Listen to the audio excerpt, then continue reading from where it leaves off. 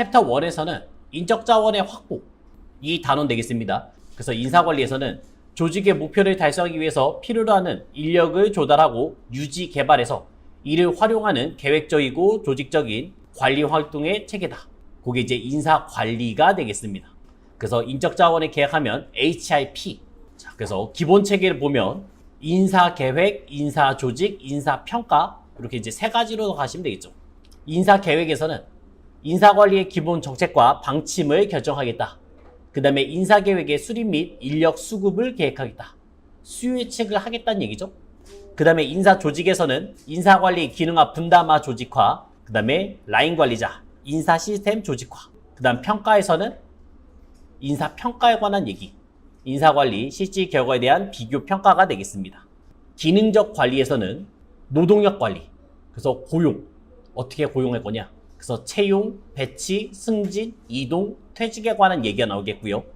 그 다음에 개발 관리에서는 교육훈련, 능력개발, 근로조건에서는 임금을 어떻게 줄 건지, 임금 수준, 임금 체계, 임금 형태.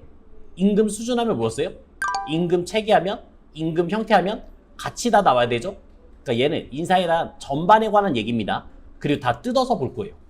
그 다음에 복리후생, 법적이냐, 임이냐, 구별만 하시면 되겠고요.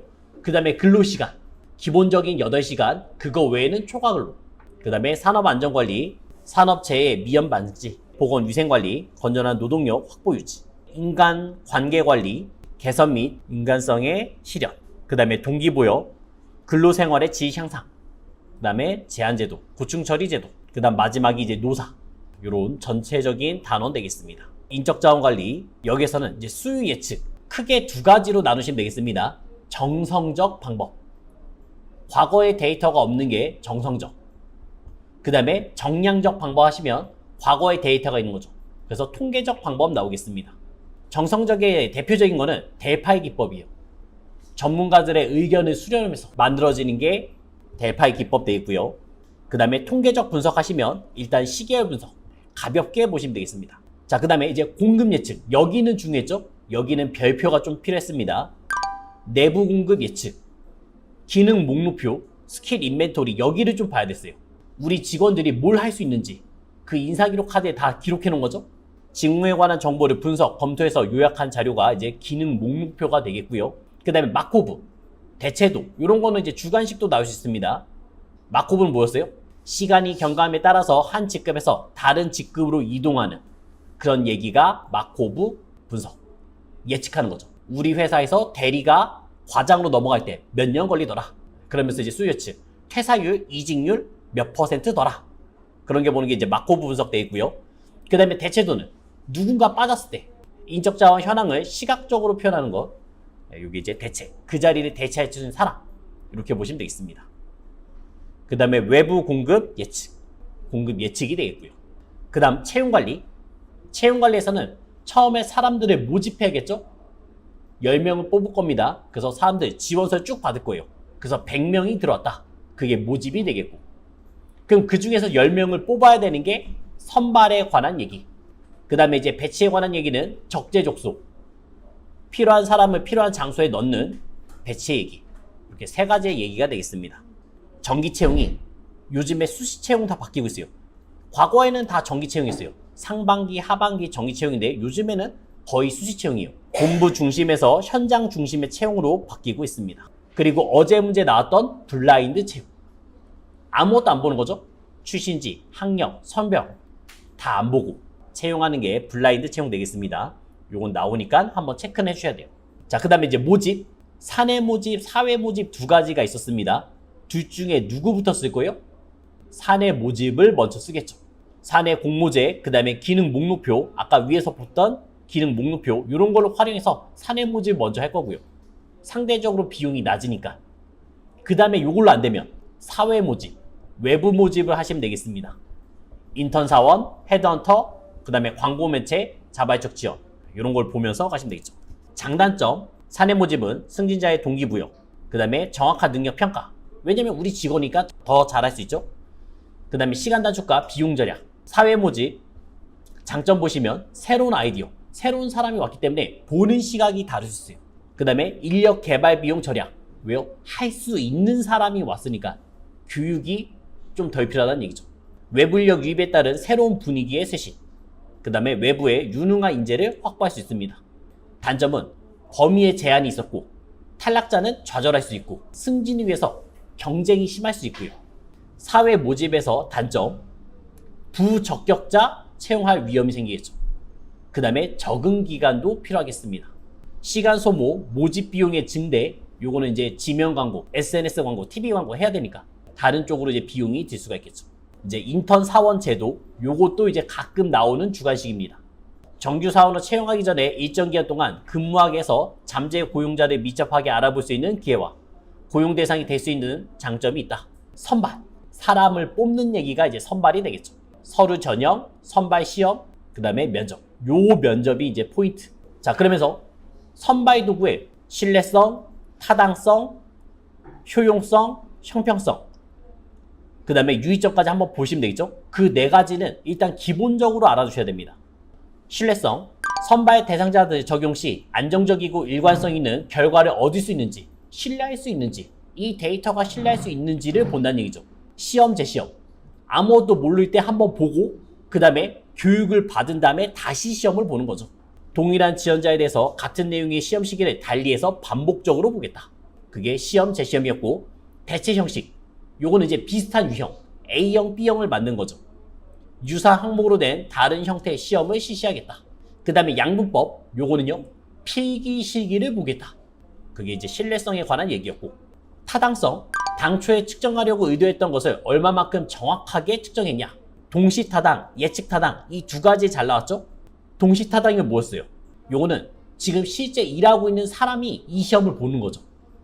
그리고 직무에 얼마만큼 반영돼 있는지 요거를 보는 거였고, 예측타당은 시험에 합격한 사람이 이제 실제 직무를 하면서 얼마만큼 잘 적응하는지 그 얘기가 되겠습니다. 내용 타당도 선발 시험의 문항 내용이 측정 대상 직무 성과와 관련성이 있는지, 관련 있는 거를 시험 봐야겠죠? 내용 타당. 그 다음에 구성 타당, 이론적 구성과 직무 수행에 요구되는 어떠한 속성이나 행동적 특성과 관련성을 측정하겠다. 그 다음 세 번째는 효용성. 효용성은 이 직원이 돈을 벌어줄 수 있냐. 회사 입장에서는 급여 주는 거 다 비용이었죠? 그러면 비용보다 더 많은 수익을 가져줘야 되는 사람을 뽑아야겠죠. 회사 입장에서는. 그게 효용성. 그 다음에 형평성. 동등한 기회를 줬냐. 모든 지원자에게 동등한 기회를 부여했는지. 선발 도구의 합리적인 조건이 되겠습니다. 자, 그리고 이제 문제가 생겨요. 이 유의점은 1종 오류, 2종 오류가 생깁니다. 1종 오류는 뭐였어요? 뽑아야 되는 사람을 놓쳤다는 얘기죠. 이 사람은 인재였는데 내가 판단을 잘못한 거죠. 그게 이제 1종 오류. 2종 오류는 부적격자를 뽑았어요. 그럴 때 생기는 게 2종 오류 되겠습니다. 요건 주관식 나오게 합니다. 그리고 이제 선발 도구들 슬슬 나올 거예요. 인성검사. 개인의 동기, 욕망, 자신감 등을 측정한다. 그 다음에 적성검사. 성공도를 예측하기 위한 검사. 그래서 인적성 검사 많이 하죠? 인적성 검사. 그래서 적성 검사 하시면 보통 업무에 관한 얘기라고 보시면 되고요. 인성 검사 하시면 성격에 관한 얘기라고 보시면 되세요. 그래서 인성 검사 대신에 성격 검사라도 나옵니다. 그 다음에 성취도, 훈련이나 학습을 받은 후 개인이 지니고 있는 수행 능력의 정도를 측정하겠다. 성취도 평가 이런 말 있잖아요. 얼마만큼 늘었냐. 그 다음에 직무 능력 검사, 공통 능력과 직무 능력에 필요한 역량을 측정하기 위한 방법. 그리고 이제 면접. 상당히 중요했습니다. 구조적 면접. 얘 뭐였어요? 벌써 설문지, 질문지가 정해져 있는 거죠? 정형화되어 있습니다. 그래서 미리 준비된 질문 항목에 따라서 질문하는 게 정형적 면접. 구조적 면접되어 있고, 비구조적 면접은요? 재량. 면접자의 재량에서 내가 물어보고 싶은 거를 마음대로 물어보는 거죠.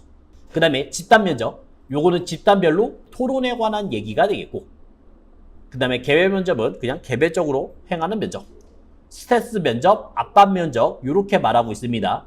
좌절감, 갑작스러운 공격적인 행동. 그래서 좌절에 빠지게 만들었고 그거를 어떻게 극복할 거냐. 인내도를 평가하는 얘기 되겠어요. 그래서 서비스업에서 좀 많이 볼 수 있겠죠. 고객들이 다양하잖아요. 그 다음에 패널 면접. 패널 면접은 면접관이 여러 명. 그래서 복면가왕 생각하면 좋다 했습니다. 1대다. 그래서 관리직을 뽑을 때 약간 직급이 있는 쪽을 뽑을 때 얘를 쓰겠습니다. 그 다음에 임원 면접, 가장 마지막에 실시되는 면접. 한번 체크해 주시면 되겠고요. 자, 그러면 이제 사람을 뽑았으니까 배치해야겠죠. 배치란 인적 자격과 직무 요건을 적합시키는 것을 말한다. 그래서 배치 이동의 목적, 직무 요건의 변동에 따른 적용, 직무와 직무 수행 능력 결부를 위한 적정 배치, 맞는 공양성 및 장차 간부로서의 인재 육성, 요거 인재 육성 계속 나오죠? 키울 겁니다. 그 다음에 종업원의 상호 간의 마찰 해소와 침체된 분위기 쇄신, 종업원 연령 및 건강 상태에 대한 배려, 이런 이유로 배치, 이동을 하겠습니다. 그러면서 적정 배치의 원칙이 좀 몇 가지 나왔고요.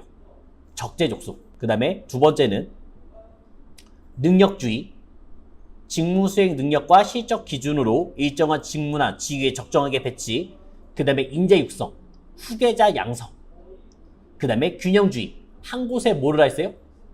아니죠. 균등하게 되겠습니다. 직무적으로 넘어올 겁니다. 직무. 순서, 요거는 순서까지도 기억하셔야 됩니다. 우리가 나중에 최종적으로 직무급을 줄 거예요. 직무급. 그럼 직무급을 주기 위해서는 상대적 가치를 비교하셔야 돼요. 어떤 일이 얼마만큼 힘드냐, 이거를 꼭 비교하셔야 됩니다. 그래서 직무 분석이 필요하고, 이걸 토대로 직무 기술서, 일에 관한 얘기, 직무 명세서, 사람에 관한 얘기, 그 다음에 직무 평가, 그리고 직무 설계, 그 다음에는 직무급이 나오겠죠. 그래서 관련 용어 자주 나왔습니다. 요소는 제일 작은 단위, 글을 쓰는 행동, 아니면 칠판을 지우는 행동, 이런 것도 하나의 요소로 볼 수 있죠. 짐을 옮기는 행동, 청소하는 행동, 이런 게 다 하나의 작은 요소들. 그 다음에 과합하시면 목표, 하나의 목표, 우리는 인사 1급을 모두 따야 된다. 그럼 목표. 그 다음에 직위, 위무군종으로 보시면 됩니다. 위무군종. 그래서 과업들의 집단, 직위, 직위의 집단, 직무, 직무의 집단, 직군, 직군의 집단, 직종. 그래서 직종도 체크. 직종은 보통 직업이라고 합니다. 실무를 해봤으니까 요거 많이 봤겠죠. 직무 분석의 성격, 기업 내 종업원이 담당하고 있는 각 직무의 성질 및 내용과 직무 수행상 필요 요건에 관한 직무 정보를 수집하고 분석하는 과정 되겠습니다. 목적, 잘 나왔어요. 요것도. 왜 만드냐면 일단 최종적인 거는 직무 기술서, 직무 명세서를 만드는 거는 당연한 거고, 얘네들 1, 2, 3, 4, 5, 6 한번 봐두셔야 됩니다. 종업원의 채용 배치 이동 승진, 고용관리 합리화. 그래서 고용관리 합리화, 요게 이제 목적이 되겠고, 종업원의 교육 훈련 및 능력 개발 촉진. 어디론가 이동을 하게 된다면 거기에 맞는 훈련이 필요했겠죠? 능력 개발 촉진. 그 다음에 인사평가의 기초자료. 나중에 인사평가, 직무평가의 기초자료. 그 다음에 직무급. 최종적으로는 돈을 줄 거예요. 누구나 끄덕끄덕거릴 수 있는 그런 요금이 되겠죠. 그 다음에 직무 중심의 조직 설계 및 업무 개선, 업무 부담의 적정화 및 산업 안전관리 확립. 이렇게 목적이 되겠습니다. 자, 그러면서 직무 분석의 방법 너무 많았어요. 종류가 사실 너무 많았습니다. 면접법, 사전정보 수집을 기초로 작성된 분석 항목을 중심으로 면접을 실시하겠다. 그 다음에 관찰법, 실제 그 일을 하는 사람을 구경하고 있는 거죠. 그래서 힘들어 하는지 괜찮아 하는지 그런 걸 체크하고, 그 다음에 질문지법, 질문지 작성 후 배부해서 체크하거나 서술하겠다. 체크리스트를 만들겠다. 체험법, 직접 해보겠다. 그 다음에 종합 분석하시면 여기에 있는 거를 2개 이상 쓰는 얘기가 되겠고, 그 다음에 중요사건 기록법, 성공과 실패를 결정할 수 있는 특수한 행동들, 그런 거를 사례를 만들어서 기록하겠습니다. 자, 그 다음에 이제 직무 기술서와 직무 명세서, 기술서는 직무 표시, 그 다음에 직무 개요, 직무 내용, 직무 요건, 다 직무에 관련된 얘기라고 보시면 되고, 직무 명세서는 인정 요건, 자격 요건이라고 보시면 되겠습니다. 그리고 이걸 토대로 뭐가 만들어져요? 직무 평가, 일로 넘어오는 거죠. 상대적인 가치. 여기서부터 이제 계속 상대적 가치가 포인트예요. 그래서 중요성, 곤란도, 위험도를 평가해서 타 직무와 상대적 가치를 비교 분석하겠다. 주요 변수 잘 나오죠? 얘는 하나, 둘, 셋, 네 개도 잘 나오는데 좀 치사하게 되면 요소들, 얘를 물어보기로 해요. 막 예를 들어서 그냥 도전성, 교육, 경험, 그 다음에 정신적 노력, 이렇게 넣어요. 다음 중 성격이 다른 것은. 얘는 그래서 요소까지도 보셔야 됩니다. 숙련 요소, 그럼 내가 이 일을 얼마만큼 숙련성 있게 잘하냐? 도전성, 교육, 경험, 몰입, 창의성 이런 게 요소가 되어 있고요. 책임 요소. 다른 것보다 얼마만큼 책임이 크냐? 그래서 관리 감독, 직무 개선, 원자 재료 책임 이런 거 다 책임 요소 들어오겠습니다. 그 다음에 노력 요소에서는 내가 육체적으로 힘든지 아니면 정신적으로 힘든지 요거를 판단해서 볼 수가 있겠고요. 그 다음에 작업 요소에서는 환경을 보시면 되겠어요. 표준 환경과 얼마만큼 다른지, 갱도에 들어가서 목숨을 걸고 일하는지, 아니면 사무실 에어컨 쐬면서 뭐 일할 수 있는지, 뭐 그런 거 본다는 얘기죠. 작업 환경, 작업의 위험, 작업 시간, 뭐 이런 거를 따져주겠습니다. 자, 직무 평가의 방법은 크게 두 가지로 나눌 겁니다. 계량과 비계량 나누시면 되겠죠. 그래서 비계량적 나오면 종합적으로 평가를 해야 되고요. 계량적은 수치할 수 있는 거잖아요. 그래서 분석적, 수치적으로 평가를 해주시면 되겠어요. 비계량적 방법에서는 서열법과 분류법이 나오겠고요. 서열, 직무의 중요성의 순서에 따라서 서열을 매기겠죠. 분류법은 사전에 직무에 대한 등급, A등급, B등급, C등급 이렇게 먼저 만들어놨습니다. 직무가 어느 등급에 해당되는지 그거를 분류할 겁니다. 계량적 방법에서는 점수법, 요소 있죠? 제일 작은 요소 하나하나 그거를 분해서 평가 요소별로 점수하겠다. 이 일을 하면 5점, 저 일을 하면 7점 이렇게 그걸 점수를 매길 거고, 그 다음에 요소, 요인 비교 그 중에서도 얘가 잘 나왔죠. 몇 개의 기준 직무를 선정해서 직무 기준의 평가 요소별 가치 임금액으로 환산해서 직무의 상대적 가치를 평가 요소별로 평가해서 평가하는 방법이다. 여기 또 상대적 가치. 직무 평가의 목적 왜 하겠어요? 나중에 직무급 만들었죠? 그래서 공정한 임금 체계 만들 수 있고, 그 다음에 인적 자원 효율적으로 쓸 수 있고, 그 다음에 노사 임금 협상 원활화 될 수 있습니다. 직무 설계. 여기서는 종류만 알아주시면 돼요. 전문화, 순환, 확대, 충실화. 끝. 하나, 둘, 셋, 네 개. 구별만 하시면 끝납니다. 첫 번째 직무 전문화는 작은 요소. 박사를 생각해야 되겠습니다. 박사는 모든 부분을 다 아는 게 아니에요. 한 곳에서만. 자기가 이제 관심 있는 그 파트만 깊게 알죠. 그래서 보다 작은 요소로 분할하고 나눠 담당하는 것이다. 그 다음에 직무 순환. 직무 순환은 로테이션 도는 거죠. 서로 다른 직무 담당하도록 로테이션 돌겠다. 직무 확대. 한 가지만 하면 너무 단조로워요. 너무 졸려요. 그래서 여러 가지 과업을 늘리는 거죠. 박스를 접다가 그 다음에 곰돌이도 넣고 포장까지 하고 단조로움을 제거하는 게 목적 되겠습니다. 직무 충실하시면 책임과 권한은 거죠. 그래서 라면 뒤에 어디 공장, 책임자 누구 이렇게 써져 있는 모습. 그 다음에 직무 공유제. 2명 이상 직원에게 주당 정해진 시간 직무를 분해할 수 있는 조정 방법. 자유선택제, 선택적 근로시간제. 내가 일하고 싶을 때 일한다는 얘기죠. 그 다음 원격 근무. 요것도 얼마 전 나왔죠. 집에서 하는 거죠. 일주일에 최소 이틀간 사용자 사무실로 연결된 컴퓨터로 집에서 일하는 것. 그리고 이제 그 사람들 일을 잘하고 있는지 평가를 받아야죠. 사람에 대한 평가. 여태까지는 다 직무에 관한 얘기였어요. 그래서 직무 평가였고, 이제 일을 했잖아요. 일을 했으니까 사람에 대한 평가가 있었겠죠. 그게 인사고과 되겠습니다. 인사고과의 구성원의 능력과 업적을 평가해서 조직 구성원의 조직에 대한 유효성, 조직적으로 파악하는 것이다. 그래서 목적 한번 봐두시고요. 고용관리 합리화, 교육훈련 및 능력개발 촉진. 왜요? 효율적으로 쓰려고. 인적자원은. 그 다음에 임금관리 합리화, 경영자의 관리 능력 상상. 이게 목적이 되겠습니다. 인사고과 실시 절차의 고가 요소들. 종업원의 능력을 보겠고요. 지식, 기술, 자격증 이런 요소를 볼 거고, 그 다음에 업적. 일을 잘하고 있는지, 매출액, 생산량, 불량률, 사고율 이런 것도 보는 겁니다. 쿠팡 같은 데 보면 일을 할 거 아니에요. 그러면 한 사람이 얼마만큼 일했고 몇 개의 물량을 쳐냈는지 그 개수까지도 나와요. 알게 모르게. 그럼 다음에 내가 다시 쿠팡 가고 싶으면 그 표준화보다 적은 사람 뽑겠어요? 안 뽑아요. 그보다 많은 사람 뽑습니다. 다 기록에 남습니다. 그 다음에 태도, 책임감, 적극성, 협조성, 성실성, 근면성. 그 다음에 인사고과의 원칙을 보면 직무 기준의 원칙, 사람에 대한 평가잖아요. 그거를 약간 주관성이 들어가니까 다른 거 보지 말고 일을 잘하냐, 직무에 대해서만 봐라. 그 다음에 공정하게 봐라, 독립성, 요거 가끔 나옵니다. 딱 그것만 떨어뜨려서 봐라. 그 다음에 납득성, 기본 원칙 되겠습니다. 그리고 인사고과의 실시 원칙은 인사고과자의 추측 배제 하지 말라고요. 이럴 것이다, 이런 거 하지 말라고요. 고과 불소급의 원칙. 소급이 뭐예요? 과거부터 다 뜯어 고치는 거잖아요. 뒤에 거부터 보는 거잖아요. 그거 보지 말고 현재 이것만 봐라, 이런 얘기 되겠습니다.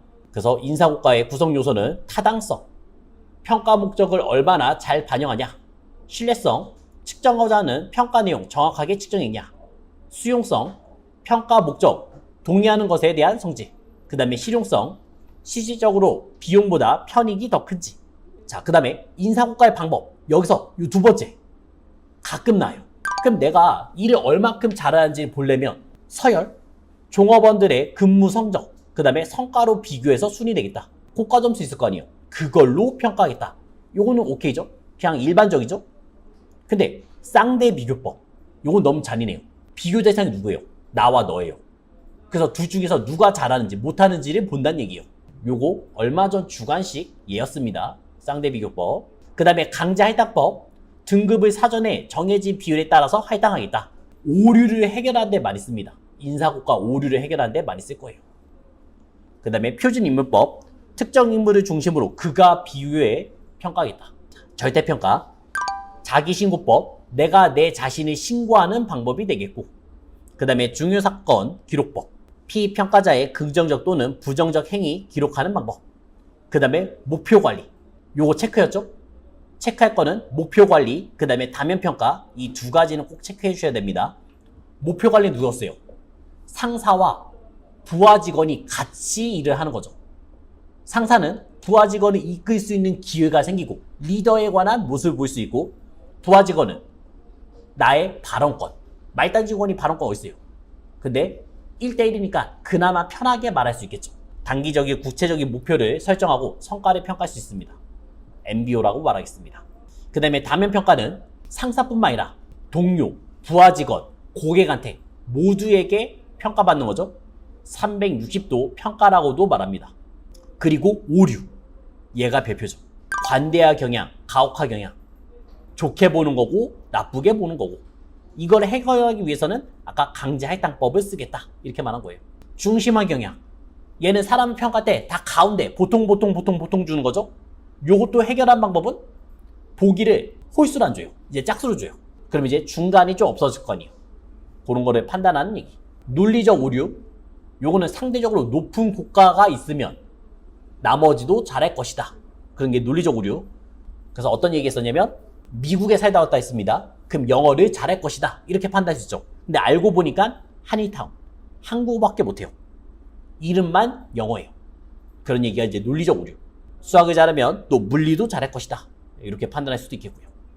현혹효과, 요거 나오려면 호의 비호의, 요거죠. 그래서 첫인상, 면접을 봤을 때 그 사람이 잘생겼거나 예뻐요. 그러면 일도 잘할 것이다, 그런 오류. 후광효과라고 말하고, 그 다음에 호의 비호의, 요 단어가 포인트 되겠습니다. 그 다음에 대비오류. 대비오류는 나와 비교해서 평가하는 거죠. 주관의 객관화, 피고가자를 나와 비교해서 평가하는 얘기.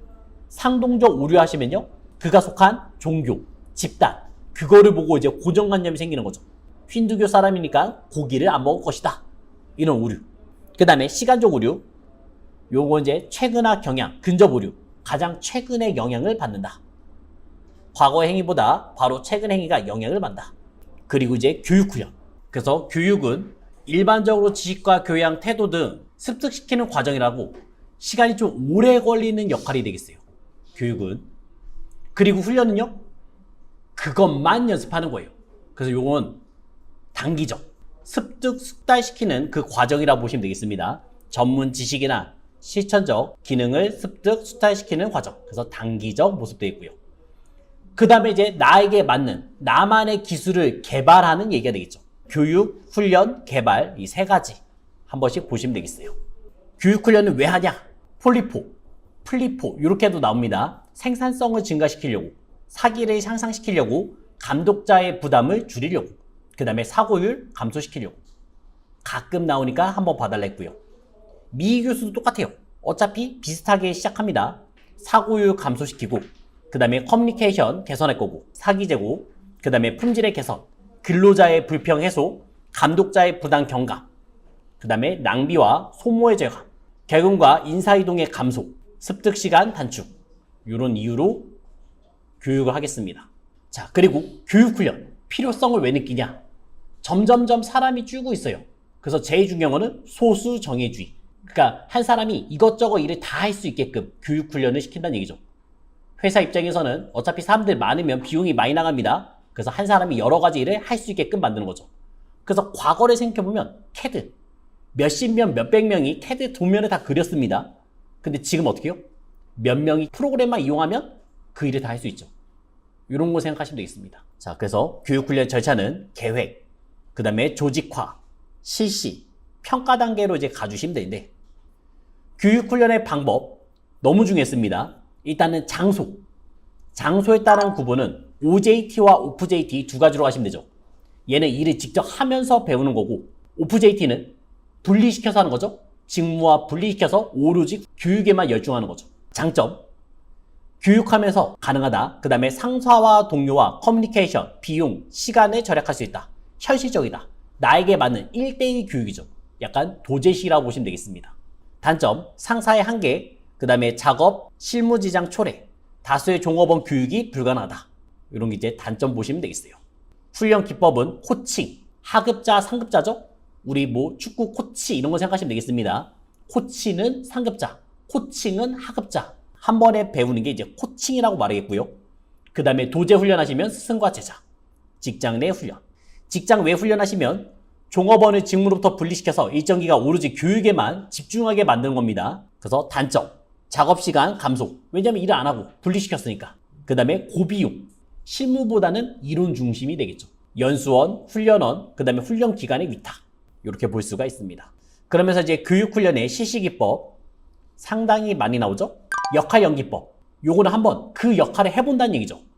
피훈련자에게 그 상황 속에 특정 역할을 맡기고 그 역할에 관한 행동을 실시하는 훈련 방법이다. 예를 들어서 뭐 알코올 중독자, 발표서 이런 게 이제 역할 연기가 되어 있고, 그 다음에 도제훈련, 스승과 제자, 감수성, 타인이 자기를 보는 것처럼 자신을 본다. 자기 자신을 이해하고 행동을 바꾸게 하는 감수성 훈련.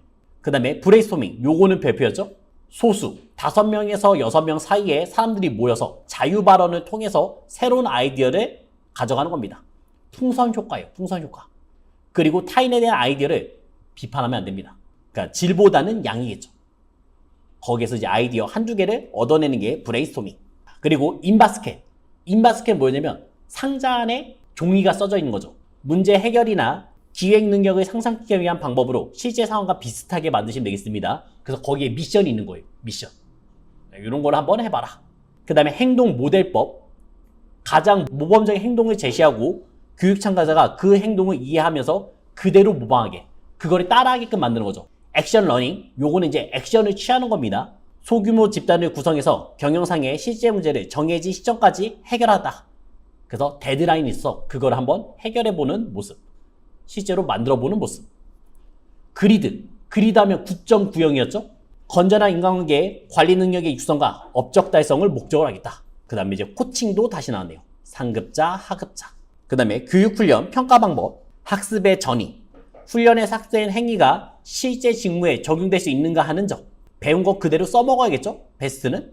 그 다음에 이제 피드백, 조정, 교정의 뜻으로 과거의 의사결정 수정하게 한다. 그리고 보다 미래 의사결정에 있어서 합리적인 의사결정 도출할 수 있게 만든다. 피드백 받는 거 있잖아요. 내가 뭔가 행동 같은 거, 공을 던지는데 자세가 좀 안 좋아요. 골프를 치는데 자세가 안 좋아요. 피드백 받죠? 교정 같은 거 하죠? 그 내용이라고 보시면 되겠습니다. 그리고 이제 이동과 승진, 퇴직에 관한 얘기. 여기는 이제 가볍게 한 번씩 봐두시고요. 수직적 계층 간의 인사이동, 의사결정 권한의 강화, 지위의 상승, 임금의 증가라고 보시면 되겠습니다. 이거는 사원, 대리, 과장, 차장, 부장 이렇게 올라가는 수직적 승진. 그래서 승진 정책을 보시면 연공서열주의가 있겠습니다. 연공서열 하시면 우리는 공무원 생각하면 제일 편하다 했어요. 그래서 포인트가 근속연수. 요게 포인트죠. 그 다음에 연령, 학력, 성별. 요게 승진의 기준이 되는 거예요. 능력주의는요, 말 그대로 능력이요. 직무 수행 능력 요걸로 간다는 얘기죠. 둘 다 하나에 너무 치우쳐 있으니까 이거를 합쳤죠? 절충주의 승진제도. 그래서 영웅 요소도 가미하고 그 다음에 능력도 본다. 이 두 가지를 합쳐서 나온 게 절충주의 되겠습니다. 그러면서 승진의 기본 원칙, 얘는 체크. 적정성, 공정성, 합리성 이거 자체가 잘 나옵니다. 승진, 적정하냐? 보상의 크기를 보시면 되겠어요.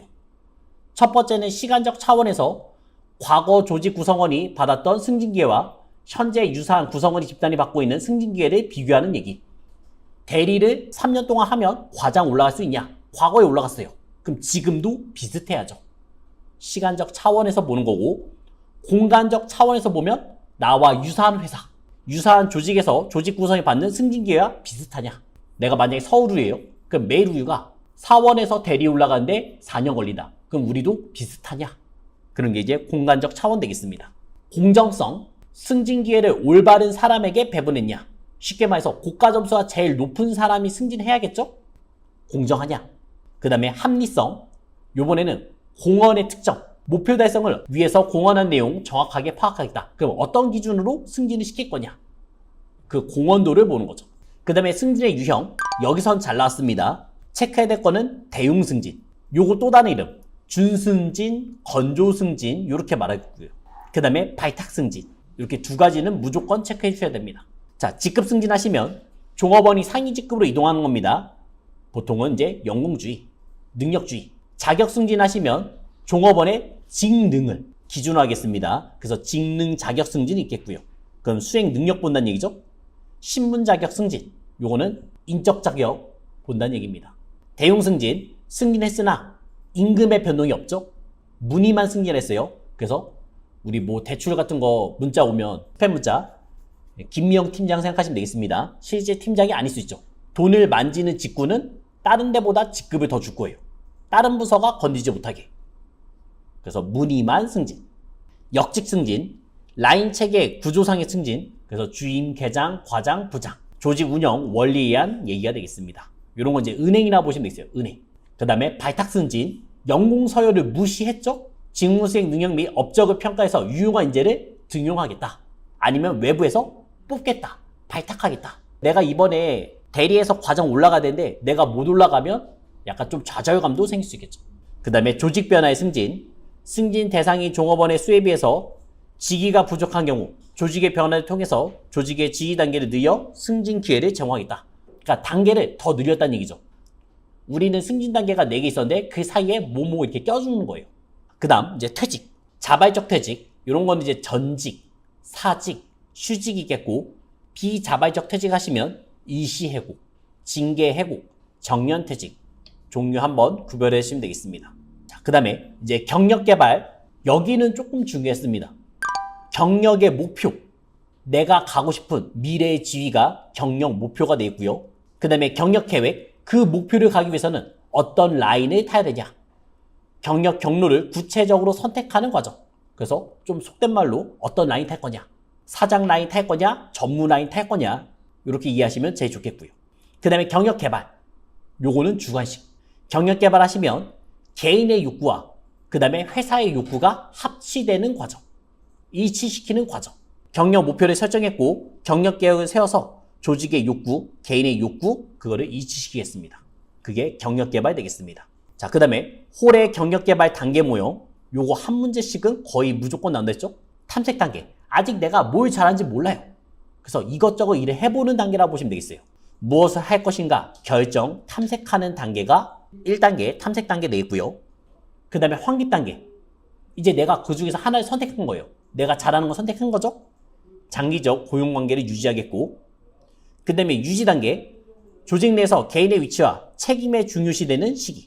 그 다음에 쇠퇴기, 개인의 육체적, 정신적 능력, 쇠퇴, 개인의 목표와 열망, 그 다음에 경력개발 등에 대해서 의욕이 감퇴되는 그런 단계 되겠습니다. 그러면 경력개발의 목적, 다 이제 여기에 얘기로 나온 거예요. 경력개발의 목적, 기업의 목적도 있고 그 다음에 사회적 목적도 있습니다. 요거 사회적보다는 개인적 목적이라 생각하면 이해가 더 쉬워요. 일단 기업의 목적이면 인적 자원을 효율적으로 쓰겠다. 원래 하나밖에 일 못했어요. 엑셀밖에 못했는데 뭐 포토샵, 일러스트 이런 것까지 만져요.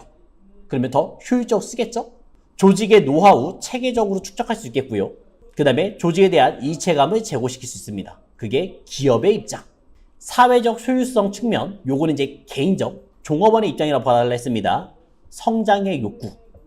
그 다음에 안정감을 주고 미래를 보다 의미 있게 설계할 수 있습니다. 전문 능력, 획득 기회를 부여하고 자신의 경쟁력을 높이게 해주겠다. 내가 다른 사람보다 이제 일을 많이 배워서 더 일을 잘하니까 잘리더라도 나보다는 다른 사람이 먼저 잘리겠지. 뭐 이런 것도 생각할 수 있습니다. 경력 개발의 방법, 자기식무제. 내가 어떤 거를 할 수 있는지 인사부서에 신고하는 거죠. 그 다음에 종합평가제도, 장래성을 체계적으로 예측해서 경력 개발 추진하는 기법 되겠고요. 기능 목록, 스킬 인벤토리, 인사기록 카드, 그 다음에 개인 능력 평가표, 그 다음에 멘토링. 요거 얼마 전에 나왔습니다. 주관식, 멘토가 주관식이었죠. 관리자가 하급자에게 지도 상담, 충고를 통해서 공통된 가치관, 조직 지식을 제공하겠다. 그래서 우리 멘토, 멘티 있잖아요. 친구 모르게 뭔가 선물해주는 그런 멘토. 그 다음에 직무 순환, 일정 기간마다 새로운 직무로 전환. 경력 개발의 원칙, 요것도 잘 나왔죠. 요거는 객관식으로 잘 나왔습니다. 그래서 적재적소의 원칙, 승진 경로의 원칙, 후계자 양성, 인재 육성의 원칙, 그 다음에 경력 기회 개발의 원칙, 그리고 이제 조직으로 넘어갔죠. 자, 여태까지는 이제 개인의 다 입장이었어요. 그리고 나중에 이제 조직 쪽을 보면 개인보다는 조직을 조금 더 중시하겠습니다.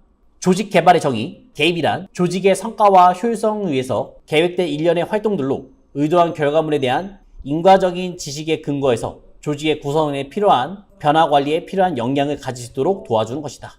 그래서 개입하겠다. 그러면서 조직 개발의 과정, 일단 요거 잘 나왔었죠? 해빙, 변화, 그 다음에 재동결. 제일 첫 번째 해빙은 굳어져 있는 관점과 가치의식을 녹이는 것이다. 녹이는 게 해빙이잖아요. 조직 내부 구성원들과 이해관계자의 기존 시스템에 대해서 모순을 벗어나 변화가 필요하다는 사실을 인식했어요. 그럼 이제 조직도 바뀌어야겠죠. 녹여야겠죠. 그게 해빙에 관련된 얘기라고 보시면 되겠습니다. 우리 조직이 뭔가 고정관념에 빠져있다. 과거에 뭔가 너무 굳어져 있으니까 그거를 녹이자. 그 다음에 변화. 기존의 태도, 가치, 행동 등 새로운 것들로 대체하기 위해서 단계로서 교육훈련의 시행, 새로운 작업 도입, 각종 시스템, 조직 등에 수반하는 단계가 변화를 주겠습니다. 녹이고 변화 줬죠. 그리고 이제 그걸로 다시 얼려야죠. 영구적인 행동으로 재동결하겠습니다. 조직의 새로운 가치, 행동, 정책 등 공식화해서 변화에 부합하는 직원들을 보상하는 등 새로운 변화 상태에 안정화시키는 단계가 되겠어요. 그러면서 이제 조직 개발, 변화 담당자의 역할과 종류, 변화 구상자, 구상하는 최고 경영자의 측근자나 최고 경영층, 그 다음 변화 유도자, 자원 배분 등으로 변신과 변화 분위기 조성, 그 다음에 변화 지원자, 구체적인 계획을 수립하고 실무층 지원, 외부 상담자, 전문적인 자문이나 상담을 위촉받은 외부 컨설턴트, 변화 전문가, 그 다음에 교육 전문가, 지식과 기술, 조직의 행동 변화에 대한 훈련 전문가, 그 다음에 변화 실천자, 구성원들이 지도 관리, 실제 변화를 실천하겠다. 이런 종류들 한번 간단하게 봤습니다. 그리고 이제 인사 담당자, 전략적 동반자의 역할, 전략적 인적 자원의 관리를 수행하겠다. 그 다음에 관리 전문가 역할, 인사 제도의 구축과 그 운영을 수행하겠다. 종업원 조력자 역할, 종업원 자신의 역량을 최대한 발휘해서 성과를 높이고 업무에 몰두할 수 있도록 도와주겠다. 변화 촉진자의 역할, 조직 변신을 추구해 나가도록 촉진하고 지원하는 그런 사람들이 되겠습니다. 리더십 1호, 거래적 리더십, 교환적 관계가 되겠습니다. 이건 뭐냐면 지도자와 부하들 간에 각자 필요로 하는 것을 거래를 통해서 변화를 가져오는 리더십 되겠습니다. 그래서 높은 성과에 보상하겠다고 약속했고 노력 및 업적에 따라서 보상과 칭찬을 하는 게 거래적 리더십 되고요. 변혁적, 이거는 바꿔야겠죠? 우리 회사가 바뀌었냐고요. 그래서 새로운 비전이 이제 체크포인트. 카리스마 리더십 하시면 모범적인 행동, 기업가적인 행동을 통해서 현재의 상태, 변화하도록 노력, 그 다음에 비전을 성취하는 모습이 카리스마 리더십. 슈퍼 리더십, 요거는 셀프 리더십을 도와주는 사람. 슈퍼 리더십, 리더 구성원 스스로가 자기 자신 리드, 그 다음에 구성원의 셀프 리더로 만드는 과정, 그래서 도와주는 과정. 그 다음에 코칭, 코칭 또 나왔죠? 한번 체크해 주시고, 그 다음에 셀프 리더십 하면 자기 자신을 리드하는 모습. 이게 리더십 이론 되겠습니다. 그 다음에 이제 동기부여. 동기부의 이론은 이제 매슬로의 욕구 5단계. 제일 낮은 단계가 생리적 욕구, 먹고 자고, 그 다음에 두 번째는 안전의 욕구, 위협으로부터 피할 수 있다. 그 다음에 사회적 욕구, 소속감이 있다. 그 다음에 존경의 욕구, 나를 우러러볼 수 있다. 그 다음에 자아실현의 욕구. 이렇게 이제 5가지 욕구 되겠습니다. 그 다음에 맥그리어의 XY 이론. 요거는 긍정과 부정이요. yes. 긍정적인 모습을 보시면 되고, Y 이론은 긍정적, 그 다음에 X는 부정적. 우리 티어 때 X 이렇게 쓰잖아요. 그런 이론 되겠습니다. 그 다음에 허츠버그 2가지의 요인 이론. 직무 만족할 수 있고 직무 불만족이 있을 수 있겠죠. 만족하면 성취감, 칭찬, 성장 가능성. 그 다음에 불만족은 급여, 기술적 감독, 작업 조건. 그런 게 이제 불만이 있을 수 있습니다. 그 다음에 이제 챕터 3에서는 임금립 복리후생 관리. 이제 급여를 줘야 돼요. 그래서 보상이 상당히 중요했습니다. 기업의 인적 자원 효율적으로 활용한 대가로 종업원에 제공하는 모든 형태의 반대급부가 되겠다. 금전과 비금전 주는 거죠.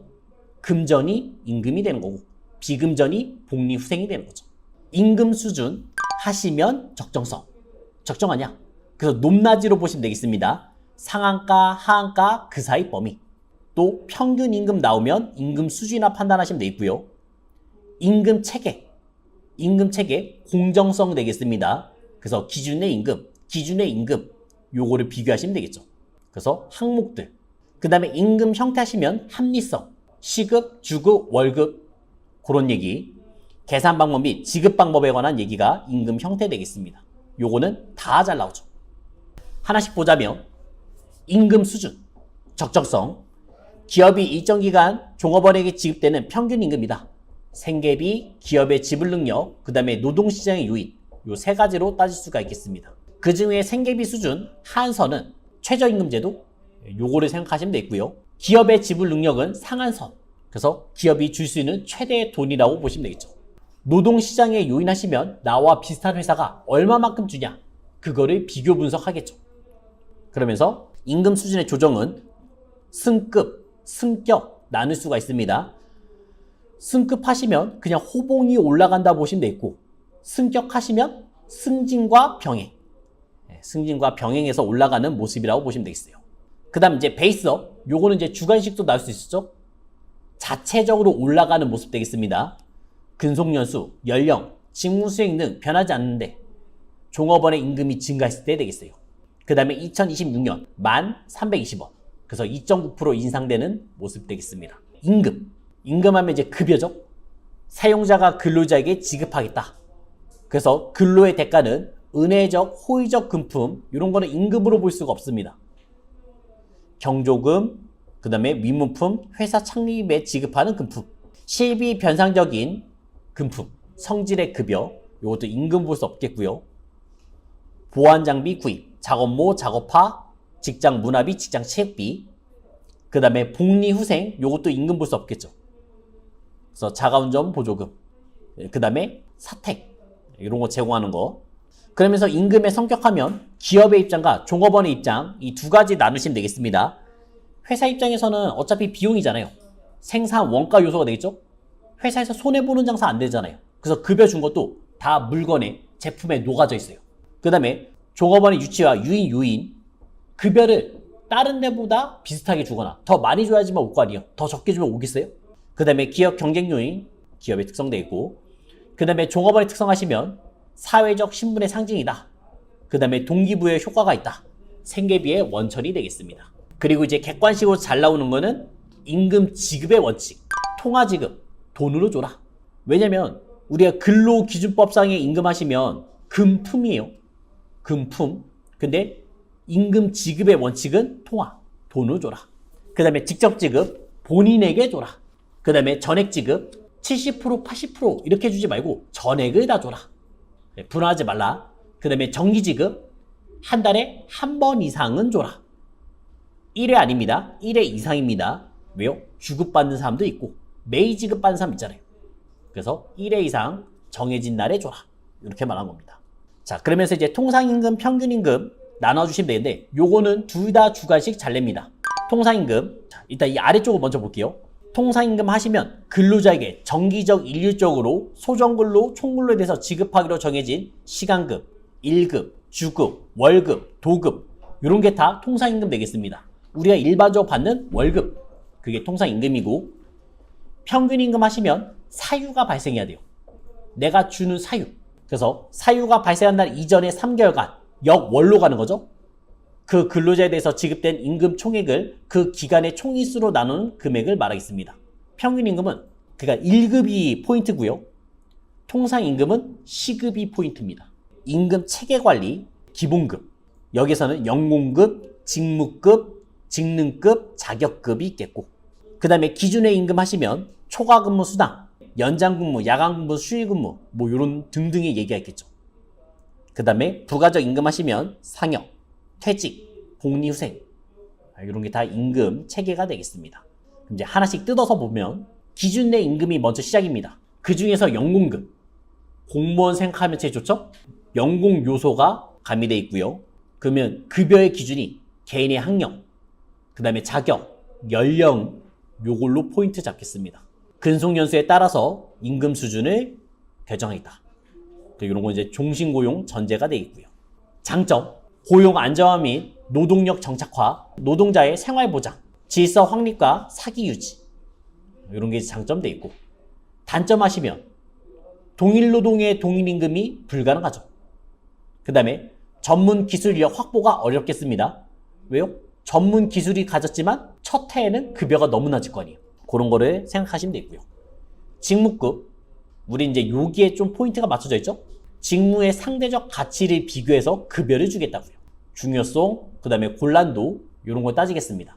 그리고 얘는 동일 노동, 동일 임금을 줄 수 있겠죠. 직능급, 직무수행 능력 기준으로 급여를 주겠습니다. 그 다음에 자격급, 자격가치 기준으로 줄 거고요. 기준 외 임금 하시면 5개. 직책수당, 직책수당 하시면 책임도 난이도가 타 직원보다 클 때 더 주는 게 이제 직책수당. 특수작업수당 하시면 특수한 작업 환경, 위험한 곳이죠? 갱도, 건설 현장 뭐 이런 거 생각하시면 되고, 특수근무수당 하시면 24시간 일하는 수의 경비원, 그 다음에 기능수당 하시면 특별한 자격, 면허, 기능보유자 이런 사람한테 주겠습니다. 그리고 초과근무수당 8시간 이상 일했을 때 초과근무수당 주겠죠. 연장근무, 철야근무, 그 다음에 심야근무 이런 게 다 요 라인에 들어오겠습니다. 그러면서 임금의 형태, 고정급제, 시간급제라고 말하겠습니다. 아예 정해져 있죠? 동일한 시간, 동일한 임금을 주겠다. 그 다음 변동급제, 바뀐다는 얘기죠? 성과에 따라서 급여를 더 줄 겁니다. 성과급제. 그 다음에 할증급제, 상여급제가 있겠습니다. 저희는 상여급이 그나마 잘 나오겠죠. 상여 100%, 상여 200% 있잖아요. 그거를 3개월에 나눠서 쪼개지는 거죠. 그래서 상여 100% 하시면 3개월마다 25%씩 곱해서 계산되는 거죠.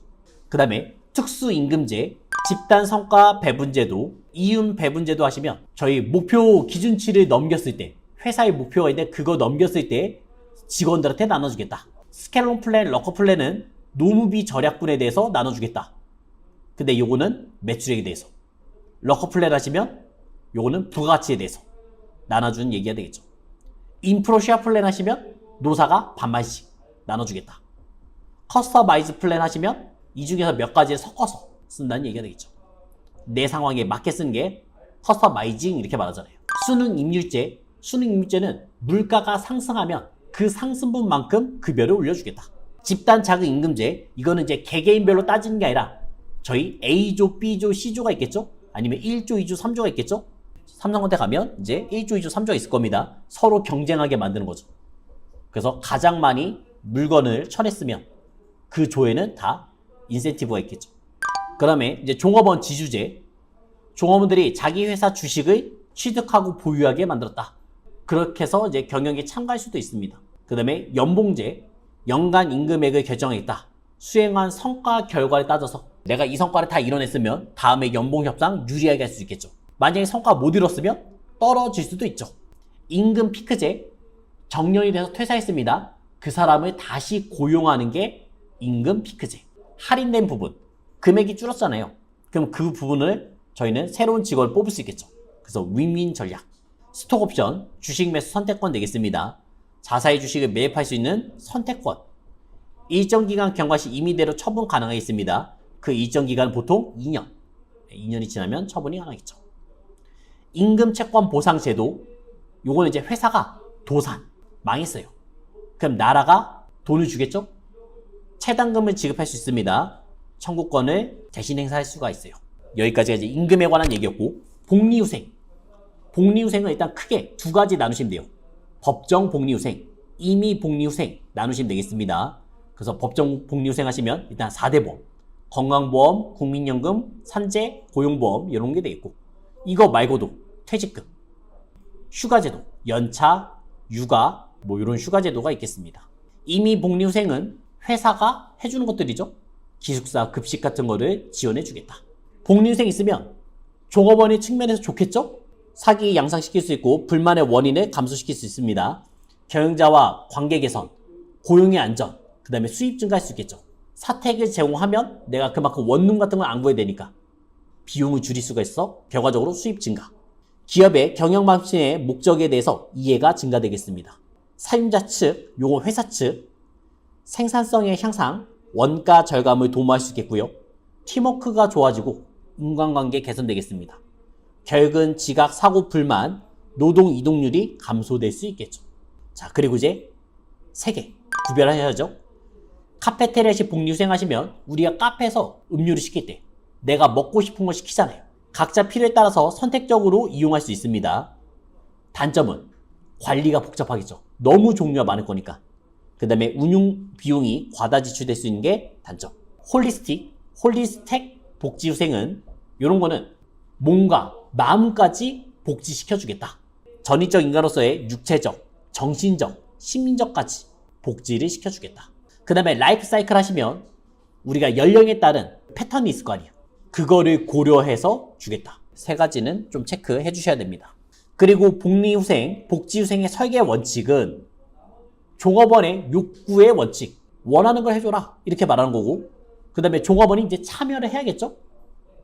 그 다음에 다수 혜택, 소수 혜택이 아닌 모두가 혜택을 받을 수 있게, 다수가 혜택 받을 수 있게 가시면 되겠고, 그 다음에 회사의 지불 능력을 고려해서 설계를 해주시면 되겠습니다. 자, 그 다음 이제 퇴직금. 퇴직금은 뭐 그렇게까지 잘 나오진 않습니다.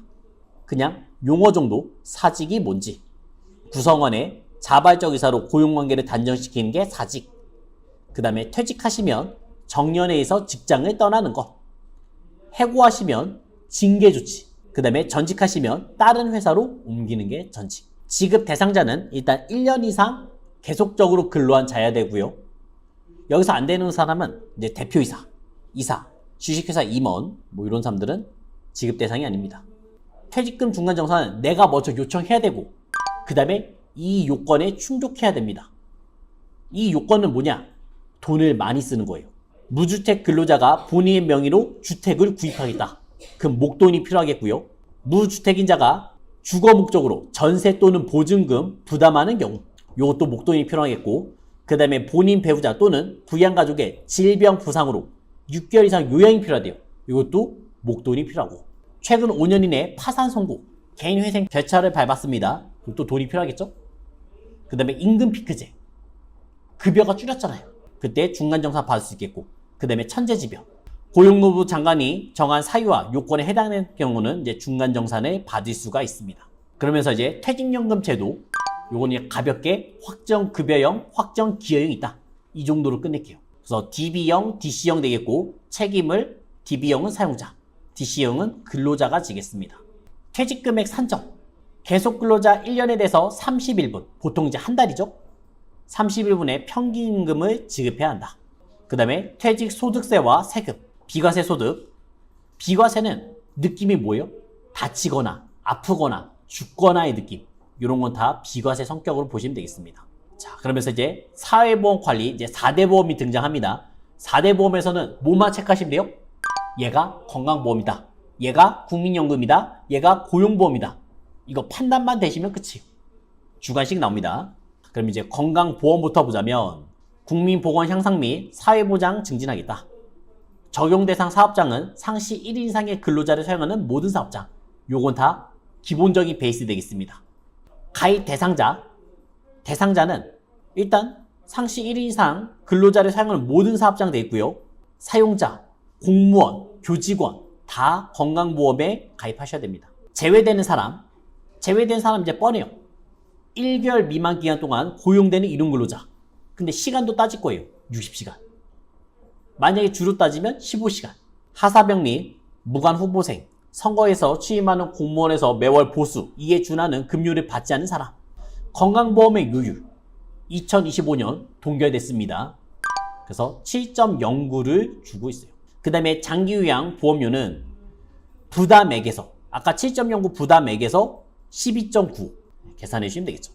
건강보험의 취득신고, 상시신고, 사유 발생부터 14일 이내로 해주시면 되겠습니다. 국민연금 가입 대상 국내에 거주하는 18세에서 60세 미만인 사람들은 가입하셔야 됩니다. 여기서 외국인, 국내에 거주하는 외국인 다 가입을 해야 돼요. 요율, 국민연금의 요율은 이제 9%. 하한가, 상한가가 있죠? 하한선은 40만원. 그 다음에 상한선은 637만원 되겠습니다. 그래서 뭐 돈을 1000만원 벌어도 637만원에 4.5, 4.5 이렇게 내시면 되겠죠. 자, 그 다음에 고용보험은 적용 제외 대상, 여기는 중요하죠. 대표이사 가입할 필요 없겠고요. 그 다음에 65세 이후 새로 고용된 사람 필요 없겠고요. 요율, 근로자 부담은 0.9가 되겠고 사용자는 업종에 따라서 그 직원에 따라서 좀 달라요. 그 정도만 체크하겠습니다. 산재, 자진신고 및 납부의 원칙, 자진납부의 원칙 되겠고 사업주의 고의 과실 유무를 불문하고 업무상 재해에 대해서는 사용자에게 무과실 책임을 부과하겠습니다. 그리고 천분율을 쓰죠. 소득세와 연말정산, 소득세, 국세, 종가세, 직접세, 보통세, 누진세 하나씩 체크하면서 보시면 되겠습니다. 금융소득 하시면 이자랑 배당 요 두 가지를 금융소득 말하고 그 다음에 사업소득, 그 외에 종합소득 나머지 6가지가 섞이시면 되죠. 그래서 2배 썩은 연기 그게 종합소득 되겠습니다. 그리고 이제 분리과세, 분류과세 요것도 구별하셔야겠죠. 분리과세 하시면 종합소득에 안 들어온 애들 따로 분리해서 원천징수해서 세금 내겠다.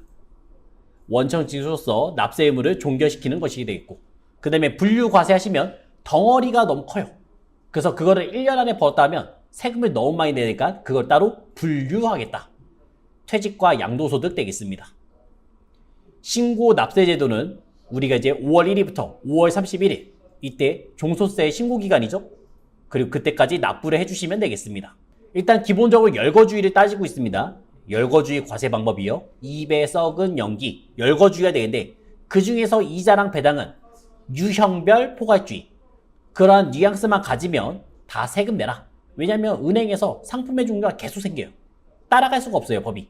그래서 그러한 뉘앙스만 가지면 다 세금 내라. 이렇게 말하는 준 겁니다. 그리고 인적 과세, 누진 과세 되어 있고요. 사람에 대해서 한 명 한 명에 대해서 과세. 그 다음에 소득이 많으면 6에서 45%까지 누진 과세 되겠죠. 그리고 원천징수 되겠습니다. 소득을 지급하는 자가 그 지급받는 자의 조세를 징수해서 정부에 납부하겠다. 우리나라 대부분 근로자는 7, 80% 됩니다. 각각 신고 납부하라 하면 세금의 탈루가 너무 많아요. 나라에서는 원천징수를 쓰고 있겠습니다. 원천징수의 종류도 보면 예납적 원천징수. 이게 근로소득이죠. 1년 동안 얼마 벌었는지 아직 정확히 몰라요. 우리가 월급 계속 받다 보면 왜냐면 도중에 그만둘 수 있잖아요. 급여가 바뀔 수도 있잖아요. 정확히 몰라서 예납적 원천징수 돼 있고 그 다음에 나중에 연말정산으로 마무리 질 거예요. 그 다음에 완납적 원천징수 하시면 요건 아예 종결 의무가 끝난다는 얘기죠. 일용소득, 그 다음에 복권당첨 이런 거는 다 완납적 원천징수 되겠습니다. 이자, 특정사업, 그 다음 연금소득, 퇴직소득, 배당소득, 근로소득, 기타소득. 과세기간은 바꿀 수가 없습니다. 1월 1일부터 12월 31일까지 되겠어요. 내가 사업을 개업하거나 폐업하더라도 무조건 1월 1일부터 12월 30일. 근데 바뀔 때가 있죠? 2번. 사망 또는 출국. 두 가지는 과세기간이 바뀔 수가 있겠습니다. 납세 의무자, 세금을 내야 되는 사람은 거주자, 국내 주소를 두거나 183일 이상 거소를 둔 개인 요거 되겠고요. 국내에서 벌건, 국외에서 벌건 다 세금 내셔야 됩니다. 비거주자는 국내에서 번 것만 세금 내시면 되겠죠. 그리고 납세지는 세금을 내야 되는 곳은 주소지가 되겠습니다. 근로소득에서 제외되는 소득, 사업자가 종업원에게 경조금 중 사회통념상 타당하다고 인정되는 금액, 축의금 같은 거 생각하시면 되겠고요. 국내 내국법인이 종업원에게 소액주주 기준에 해당되는 우리사주 조합이 조합을 통해서 취득한 주식을 취득가액과 시가의 차익, 사용자가 근로자의 업무 능력 향상을 위해서 연수기간 등을 위탁해서 연수를 받게 하는 경우 근로자가 지급받은 교육훈련비, 우리도 80% 이상 출석을 한다면 나라에서 지원받죠? 근로소득에 들어오지 않겠습니다. 쉽게 말해서 세금 낼 필요 없다요. 종업원 등 출퇴근을 위해서 차량을 제공받는 경우의 운임, 사내 근로복지기금으로부터 근로자 또는 근로자의 자녀가 지급받는 학자금, 제외되는 소득 되겠어요. 그리고 이제 비과세가 너무 중요하죠. 실비 변상적 성질의 급여. 일단 얘는 다치면 내가 먼저 병원비 내겠죠? 그 다음에 나중에 돌려받을 거죠. 그래서 내 돈을 먼저 씁니다. 일직료, 숙직료, 자가운전 보조금, 내 차를 업무에 써야 되고 별도의 경비를 지급받지 않아야 되죠. 그러지만 20만원 비과세 되겠습니다. 공동명의, 배우자와 공동명의 상관없고요. 그 다음에 렌트 한 차 상관없습니다. 그런 것도 다 해당되겠어요. 그 다음에 연구활동비, 이런 거는 20만원까지. 공무원 연금법에 의해서 보건, 휴업, 재해급여, 재해, 보상금 등과 공무원, 군인, 교원이 신체 및 정신의 장애, 질병, 휴직기간 중 받을 급여, 다치거나 아프거나 죽거나 이러한 뉘앙스 하면 다 비과세. 국외근로소득, 요거는 기본 베이스가 100만원, 월 100만원까지 비과세가 되겠고요. 그 다음에 원형과 해외 건설업은 월 500만원까지 비과세 되겠습니다. 그 다음에 공무원 등이 국외에서 근무하고 받은 수당 중 국내에서 근무할 경우 지급받은 금액을 초과해서 받은 금액, 국내에서 일하면 50만원, 해외에서 일하면 70만원 받았어요. 그럼 차익 20만원 생겼죠? 그 20만원은 비과세 해주겠다, 이렇게 말한 거고요. 생산직 비과세, 요거는 직전연도 총급여가 3천만원 이하, 월정급여 210만원, 그럼 연간 240만원까지 비과세 되겠습니다. 식대 또는 식사대, 여기는 20만원까지 비과세 받을 수 있죠. 근데 조건은요, 식사, 기타 음식물을 제공받으면 안 되죠. 제공을 받았으면 과세, 안 받았으면 비과세 되겠습니다. 제공받은 음식과 음식물은 금액에 상관없습니다. 그래서 신라호텔에서 밥을 먹었어요. 우리 회사 신라호텔이에요. 한 끼에 뭐 10만원씩 한다, 상관없습니다. 다 비과세 되겠습니다. 출산 및 6세 이하의 자녀 보육수당 20만원 비과세 되겠고요. 그 다음에 일용소득, 일용소득은 세율이 6% 단위 세율 되겠습니다. 그래서 요거는 속산법으로 계산하는 게 제일 편해요. 하루 일당 있었으면 15만원 빼주시고요. 그게 근로소득 공제가 되겠고, 그 다음에 2.7%를 곱해주시면 소득세가 나오겠습니다. 원천징수 이행상 신고서, 원천징수 의무자가 소득세를 국가에 제출할 서류가 되겠고요. 요거는 급여 주고 다음 달 10일까지, 지급 연월에 다음 달 10일까지 제출하시면 되겠죠. 그 다음에 이제 연말정산은 이미 원천징수 납부한 연간 세액과 기납부 세액을 비교해서 추가로 그 차익을 지급하거나 환급받는 제도, 그래서 13월에 급여라고 표현합니다.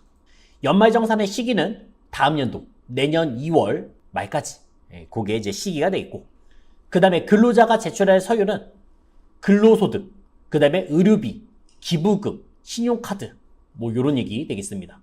특별세액공제, 그 다음에 물적공제, 뭐 그런 거를 좀 내주시면 되겠어요.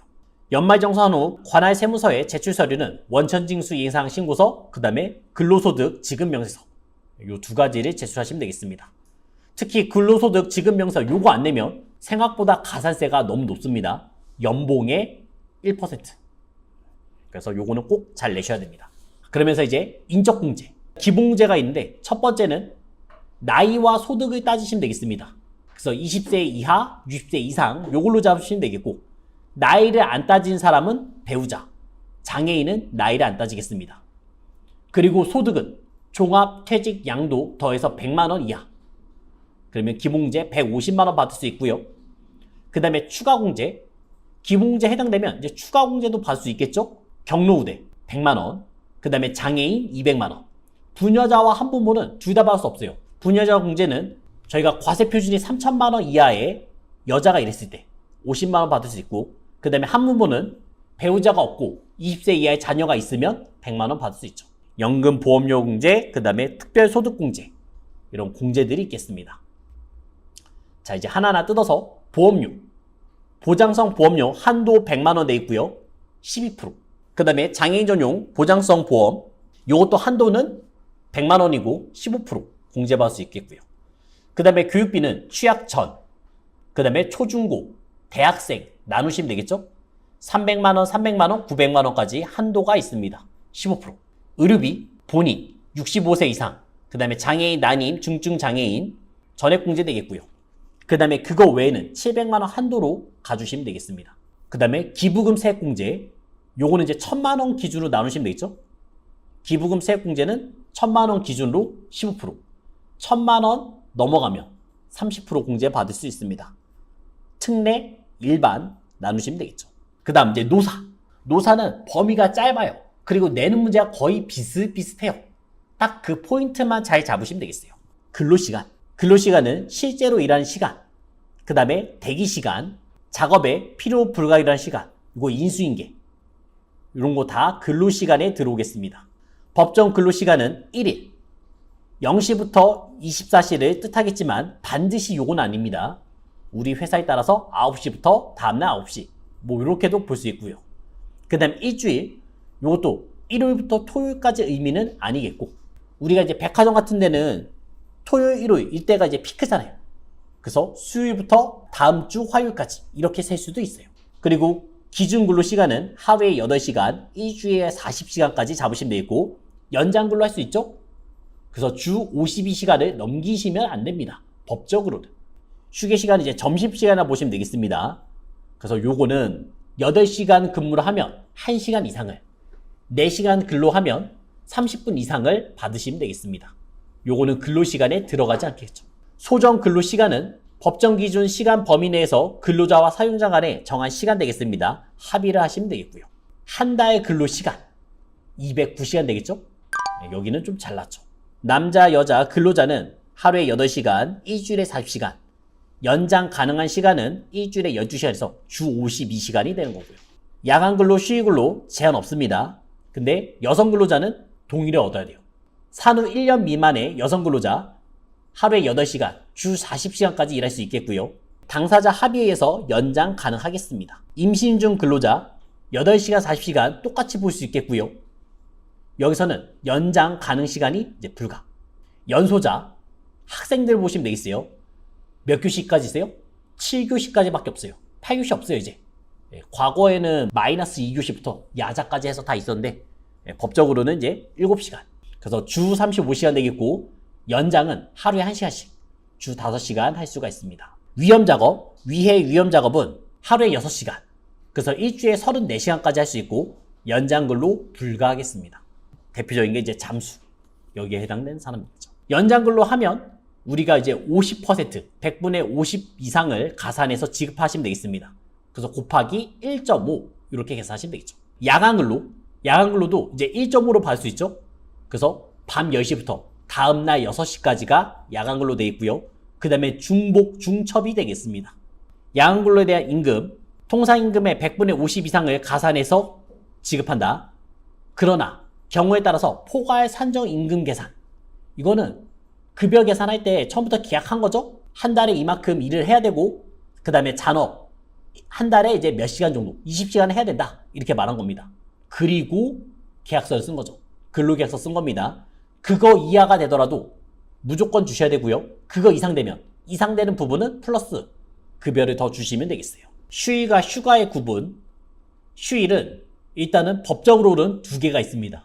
주휴일, 일주일 만근했으면 하루 주는 게 주휴일, 그 다음에 근로자의 날 5월 1일 법으로 정해져 있고요. 약정은 이제 노사가 협의했죠. 공휴일과 회사 창립일이 되겠습니다. 휴가 쪽에서는 연차 유급휴가, 생리휴가, 산전 후 유급보호휴가, 그 다음 육아휴직, 이런 게 이제 법정이 돼 있고요. 산전 후 유급보호휴가는 이제 90일을 주는데 45일 이상은 후에 쓰셔야 됩니다. 보상적 휴가 보시면 주휴일, 연차, 유급휴가, 그 다음에 보장적 휴가시면 근로자의 날, 생리휴가, 그 다음에 연차, 유급휴가 1년에 80% 이상을 출근했다면 저희가 15일의 유급휴가 생기겠죠? 그리고 이제 2년에 1일씩 가산해 주시면 되겠습니다. 그러면 내가 만약에 지금 신입사원 들어갔어요. 그러면 1년 동안 일 안 했기 때문에 없을 거 아니에요. 하지만 이제 생겼죠? 한 달 동안 출근했다면 이제 하루씩 생기는 게 되겠습니다. 자, 그래서 아까 산전산후 90일, 출산 후에 45일 써야 된다. 그 다음에 육아휴직제는 여성 또는 그 배우자 만 8세 이하의 자녀, 초등학생 2학년 그 이하의 자녀가 있다면 1년 아니면 며칠 이렇게 신청하는 것도 가능하겠습니다. 자, 그 다음에 유연한 시간근로제, 탄력적 근로시간제, 어떤 근로일의 근로시간을 늘리는 대신에 다른 근로일 근로시간을 단축시키겠다. 그러나 특정 주의 근로시간 48시간을 초과할 수는 없다. 그래서 바쁠 때 일을 좀 더 하고 널널할 때 쉬게끔 만드는 게 탄력적 근로시간제 되어 있고요. 선택적 근로시간제 하시면 내가 아침잠이 많으면 10시, 11시에 출근해서 일하시면 되겠죠? 아침잠이 없으면 더 일찍 나서 일하는 것도 가능하겠습니다.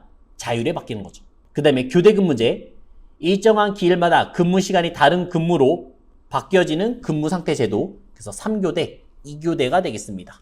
집중근무제, 하루에 더 많은 시간을 일하는 대신에 일주일 동안 일하는 날짜를 더 적은 근무를 할 수도 있겠고요. 그때 뭐 불필요한 전화 아니면 회의 이런 것까지 참석하지 않습니다. 그 다음에 24시간 선택적 근무제, 업무의 근로와 업무를 24시간 운영하는 체계로 근로자가 하루 24시간 중 어느 때 근무 시간을 선택할 수 있도록 하는 게 24시간 선택적 근무제. 그 다음에 원격 근무제, 요거 이제 집에서죠. 장소에 구애받지 않고 언제 어디서나 업무를 수행할 수 있다. 재택근무라고 보시면 되겠습니다. 그 다음에 이제 파트타임제. 정규 취업시간보다 짧은 시간을 정해서 몇 시간 동안만 일하는 방식으로 아르바이트. 노사관계 관리. 노사관계 관리의 의의. 노동자와 사용자 또는 노동자와 경영자의 관계가 되겠고요. 단체 교섭. 종업원이 노동조건 결정 유지 개선을 위해서 노동조합을 결성했고요. 노동조합을 통해서 사용자와 교섭하는 내용이 되겠습니다. 그래서 단체 교섭권이 되겠죠. 이 중에서는 노동상권 자체를 기억하셔야 됩니다. 그 중에 하나가 단체 교섭권, 그 다음에 단결, 아예 뭉쳐라, 그 다음에 단체 행동, 세 가지가 근로상권, 노동상권이라고 말하겠습니다. 경영참가제도, 요것도 자주 나오는 부분 되겠습니다.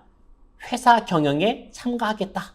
종업원이나 종업원을 대표하는 노동조합이 기업의 경영에 실질적으로 참가해서 경영자와 함께 경영상의 권한과 책임을 분담하는 제도가 되겠습니다. 그래서 경영 참가는 크게 두 가지로 보시면 되는데 간접 참가와 직접 참가로 보시면 되겠죠. 그 중에서 간접 참가가 잘 나오죠. 요게 이제 자본 참가, 돈을 투자한 거죠. 그래서 회사의 주식을 샀다. 종업원 지주제. 그 다음에 스톡옵션, 주식을 시가보다 싸게 살 수 있는 권리, 스톡옵션 제도가 되겠습니다. 직접 참가에는 이윤 참가, 회사에 이윤이 많이 나면 근로자가 가질 거 아니에요. 그래서 이윤 배분 제도, 럭커 플랜, 스켈론 플랜 이런 거 생각하시면 되겠고요. 그 다음에 의사결정, 공동의사결정제, 노사협의제가 있겠습니다. 자본 참가에서는 종업원 지주제, 이윤 참가에서는 스켈론 플랜, 럭커 플랜, 노무비 절약분을 나눠주겠다. 그 다음에 의사결정 참가에서는 노사협의제, 요거 잘 나왔죠? 요거 별표였습니다. 30인 이상은 무조건 만들어야죠. 단체 교섭에서 결정되지 않는 사항을 협의하겠다. 그래서 갑자기 긴박스럽게 터진 거예요, 사건이. 그러면 서로 도와줘야 될 거 아니에요. 회사도 급하고 노동자도 급하잖아요. 그래서 결정되지 않은 사항들을 협의하는 게 노사협의제 되겠습니다. 그래서 이 협의제는 경영상의 긴급하고 중요한 사항, 생산성의 급박한 하락, 천재지변의 대응, 경영 성과 등과 같이 단체 교섭에서 결정되지 않는 사항에 대해서 노사가 협력하고 종업원 협조를 얻기 위한 협의가 되겠습니다. 30인 이상이라면 의무적으로 구성하라. 노사협의제.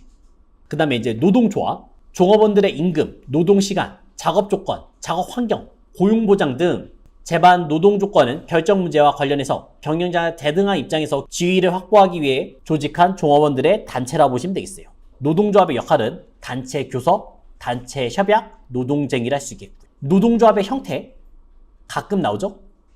산업별, 저희가 인더스트리, 그래서 일정 산업에 종사하는 모든 사람들, 금융, 운송, 산업별로 보시면 되겠고, 그 다음에 직업별, 동의 직업, 직종에 존재하는 사람들, 세무사회, 그 다음에 기업별, 단위기업, 그 다음에 일반 노동조합 하시면 지역별, 이렇게 구별해 주시면 되겠습니다.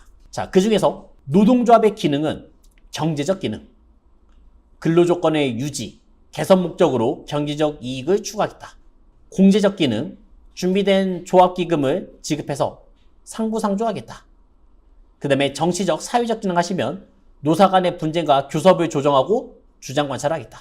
그 다음에 이제 노동조합에 가입하는 방법, 중요했죠? 여기는 별표였습니다. 클로즈숍, 노동조합, 조합원만 사용자에게 고용될 수 있어요.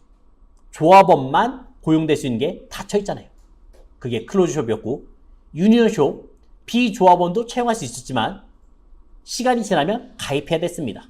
노동조합에 가입하는 게 유니언숍. 오픈숍, 조합, 비조합 다 상관없어요. 자유롭게 채용하는 게 오픈숍. 변혁적 형태에서는 에이전시, 가입 강제나 비조합원 일정한 금액을 지불하겠다. 이게 뭐냐면 조합원의 가입을 강제하진 않아요. 하지만 일정한 금액을 가져갈게. 그게 에이전시숍 되겠고요. 메인터넌스, 얘는 일정 기간 유지해달라. 핸드폰 처음 샀을 때 비싼 요금제 6개월 동안 유지해달라. 그 다음에 프리퍼레이션숍, 비조합보다는 조합원에게 고용상의 혜택을 주겠다. 우선권을 주겠다. 이렇게 말한 거죠. 그 다음에 체크오프, 조합원의 조합비를 지급 시 일괄적으로 공제 징수하겠다. 그러면서 이제 단체 교섭의 개념. 일반적으로 노사 쌍방의 대표가 근로자의 임금 및 근로시간 등 근로조건과 기타 생활에 관한 문제에 대해서 자유롭게 대등한 입장에서 평화적인 방법에 의해 집단적으로 교섭, 타협하고 단체 협약 체결 및 갱신하는 절차가 되겠다. 협약, 둘이 악수했다는 얘기예요. 쉽게 말해서. 그래서 단체 교섭의 유형 자주 나오죠. 통일교섭 하시면 전국, 지역, 산업별의 노동조합 대표와 이에 대응하는 사용자 단체 대표, 그러니까 둘 다 영향력이 있는 사람이에요. 그럼 이 사람들이 악수를 하면 전체적으로 통일될 수 있다는 얘기죠. 통일교섭. 대각선 교섭, 얘를 이제 다대1, 전국, 지역, 산업별 노동조합의 대표, 아까 위랑 똑같죠? 그 다음에 개별 기업의 사용자 대표, 그래서 다대1이라고 생각하시면 되겠고요. 기업별, 이게 가장 일반적이겠죠? 현대차, 기아차, 특정 기업, 사업장 단위로 조직된 기업별 노동조합의 대표와 사용자 대표 사이에 1대1. 그 다음에 공동교섭, 기업별 노동조합의 단위 또는 산업별 상부 노동단체와 공동으로 교섭하겠다. 그 다음에 집단교섭, 이렇게 한번 봐두시면 되겠습니다. 얘는 일단 중요해요. 그 다음에 협약, 서로 이제 얘기해서 악수한 게 협약입니다. 그럼 당연히 효력이 생겼죠. 그 중에 하나 정도는 무조건 체크하셔야 돼요. 규범적 효력. 요거는 강제 효력입니다. 강제예요. 법으로 강제. 임금 및 근로조건, 기타 근로자의 처우에 관한 규범적 부분사항이 되겠고요. 그 다음에 임금, 근로시간, 수당, 휴일, 휴가. 거기에 대해서 효력이 생기겠죠. 그 다음에 채무적 효력, 근로조건 외에 채무적인 부분사항이 되겠고, 일반적 구소력, 그 다음에 비조합원, 근로자에 대해서 확대해서 적용하겠다.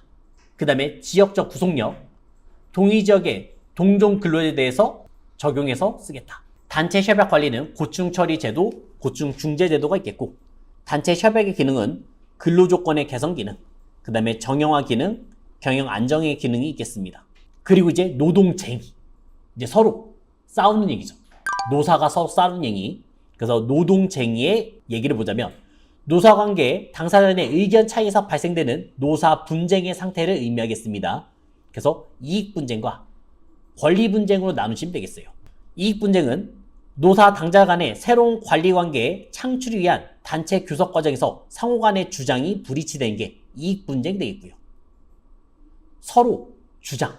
이번에 뭐 최저 시급을 15,000까지 올려야 된다. 그 다음에 회사 쪽에서는 안 된다, 못한다. 서로 싸우는 얘기가 이익 분쟁이 되겠고요. 그 다음에 권리 분쟁은 서로 협의를 했는데 이해관계가 달라요. 그러니까 해석하는 게 다른 거죠. 트럼프. 요번에 상호관세 15%였는데 알고 보니까 기존 관세에서 15%를 가산하겠다 이렇게 말한 거죠. 단체 협약의 해석이나 적용 및 성실의 이행 여부와 관련해서 노사 간의 주장 불이치로 발생되는 분쟁 상태. 요건 합의를 했지만 서로의 해석이 다른 거죠. 자, 그래서 이제 노동자들은 싸울 겁니다. 파업을 할 거예요. 노동력 제공을 전면적으로 거부할 거고, 그 다음에 태업, 작업의 속도를 떨어뜨리고 품질 저하가 있겠습니다. 보이콧, 불매 행동 되어 있고요. 피켓팅, 파업에 참여할 것을 협력, 호소하는 얘기죠. 그 다음에 생산 통제, 노동조합이 사업장 및 공장 내 이체 생산시설 및 원자재를 점유하겠습니다. 그래서 생산을 못하게. 준법투쟁, 법은 지켜요. 준법이니까. 요거는 8시간 기본 시간만 일하고 저희가 잔업, 휴일근무 그런 거는 거부하는 거죠. 정시 출근, 정시 퇴근만 지키고 나머지는 거부하는 게 준법투쟁. 당연히 사용자도 쟁의를 할 수 있겠죠. 아예 직장을 닫아버릴 수 있고요. 근로자 노동력 제공을 집단적으로 거부하는 행위. 그 다음에 조업 계속, 대체 고용. 이거는 니네 일하지 말고 다른 사람 쓸 거야. 이렇게 나오는 거죠. 자, 그래서 너무 싸우다 보면 이제 문제가 생겨요. 산업에 문제가 생겨요. 생산도 안 돼요. 그래서 이제 개입하겠죠. 첫 번째, 조정. 제일 간단한 단계가 되겠습니다.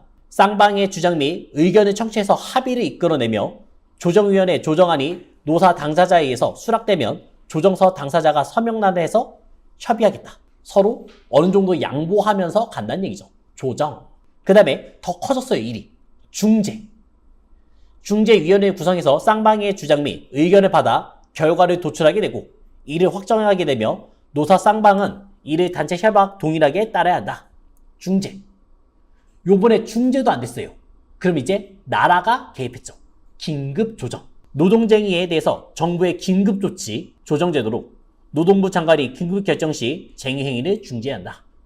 그래서 3가지 다 주관식으로 낼 수가 있습니다. 부단 노동행위 유형. 요것도 잘 내는 것 중 하나가 되겠습니다. 근로자에게 불이익행위. 노조가입 이후로 근로자의 해고나 그 근로자에게 불이익을 주는 행위가 불이익행위가 되겠고요. 회사에서는 노동조합에 가입하는 거를 좀 약간 좋게 보지 않을 거 아니에요. 그래서 가입했으면 안 좋게 보고 그래서 우선적으로 해고하거나 아니면 불이익 주는 거죠. 그 다음에 환경계약 요거 발표였죠. 근로자 어느 노동조합에 가입하지 않을 것 또는 탈퇴할 것을 고용 조건으로 겁니다. 특정 노동조합에 조합원이 될 것을 고용 조건으로 걸겠습니다. 환경계약. 그 다음에 단체 교섭의 거부 또는 혜택, 정당한 이유 없이 거부하거나 해태하는 행위에 부당 노동행위로 규정하겠다. 그 다음에 근로자 노동조합 조직 운영, 지배, 개인 및 경비 원조. 회사가 회사 입맛대로 가는 거죠. 그 노동조합의 대표를 회사가 뽑았고 거기에 원조를 해줬고 회사의 소속이라 볼 수 있겠잖아요. 단체 행위 참가, 부당농의 신고 등으로 해고 및 불이익 주는 행위. 여기까지가 저희 시험법이 되겠습니다.